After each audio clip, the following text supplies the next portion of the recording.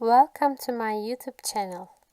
We'll reading stories, also getting English listening and reading skills. Let's start. The Little Prince, Chapter 1.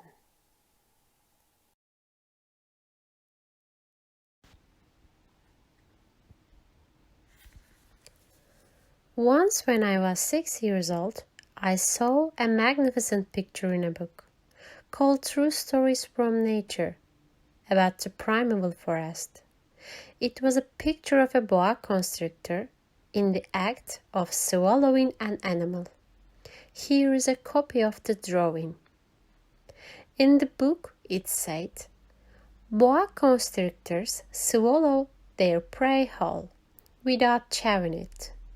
After that they are not able to move and they sleep through the 6 months that they need for digestion. I pondered deeply then over the adventures of the jungle, and after some work with a color pencil, I succeeded in making my first drawing. My drawing number 1. It looked something like this.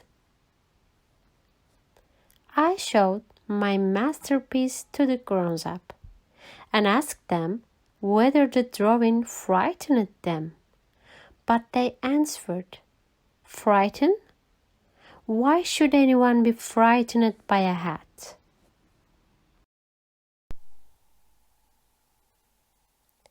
My drawing was not a picture of a hat.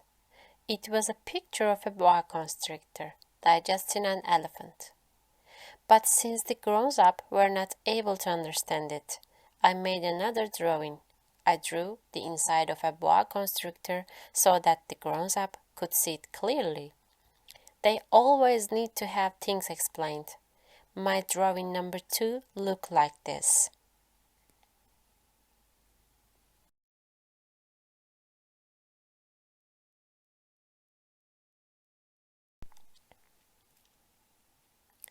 The grown-up's response this time was to advise me to lay aside my drawings of boa constrictors, whether from the inside or the outside, and devote myself instead to geography, history, arithmetic, and grammar. That is why, at the age of 6, I gave up what might have been a magnificent career as a painter. I had been disheartened by the failure of my drawing number 1 and my drawing number 2. Grown-ups never understand anything by themselves, and it is tiresome for children to be always and forever explaining things to them. So then I choose another profession and learn to pilot airplanes. I have flown a little over all parts of the world, and it's true that geography has been very useful to me. At a glance, I can distinguish China from Arizona. If one gets lost in the night, such knowledge is valuable.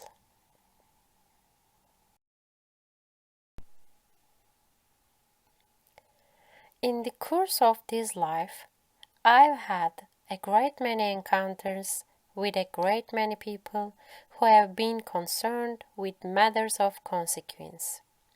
I have lived a great deal among grown-ups. I have seen them intimately, close at hand, and that hasn't much improved my opinion of them.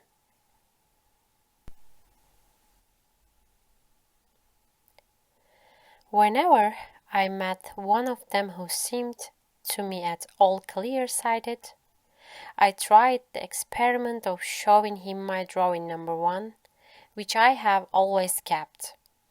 I would try to find out if this was a person of true understanding. But whoever it was, he or she would always say, "That is a hat." Then I would never talk to that person about boa constrictors or primeval forest or stars. I would bring myself down to his level.